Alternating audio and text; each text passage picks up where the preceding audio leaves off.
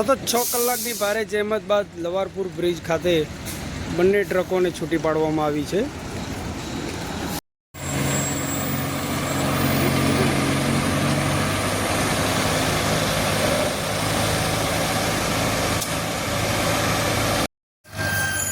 લવારપુર bridge ખાતે 2 ટ્રકો વચ્ચે જોરદાર ભયાનક અકસ્માત સર્જાયો।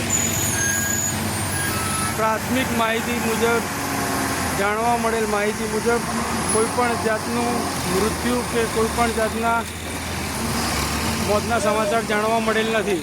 આપ વિડીયોની અંદર જોઈ શકો છો કે એક ક્રેનથી મેર નથી પડ્યો, 2 ક્રેનને બોલાવીને તમામ કામગીરી આદરવામાં આવી રહી છે।